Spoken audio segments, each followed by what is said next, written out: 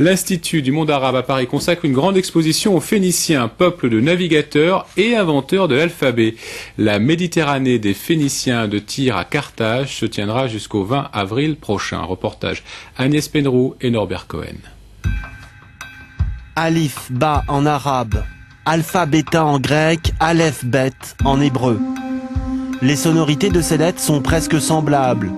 Elles ont pour racine le premier alphabet qui ait existé au monde. 22 consonnes qui appartiennent à une civilisation qui a disparu il y a 22 siècles, les Phéniciens.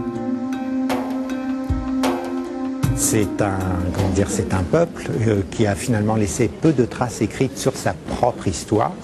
Et tout ce qu'on connaît de lui, on le connaît par les sources extérieures, notamment les sources grecques. Ce peuple du Levant est un peuple mystérieux. Coincé entre la mer et les montagnes du Liban, à proximité de forêts de cèdres, ils doivent, pour survivre, se tourner vers la Méditerranée. On assiste dès le début du premier millénaire avant Jésus-Christ à l'établissement de comptoirs tout au long du pourtour méditerranéen.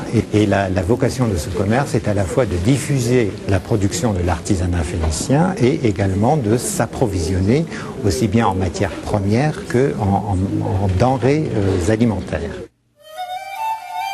Leurs navires sont techniquement supérieurs. Ils regorgent d'ivoire, de faïence, de verre et d'étoffes teintes en pourpre.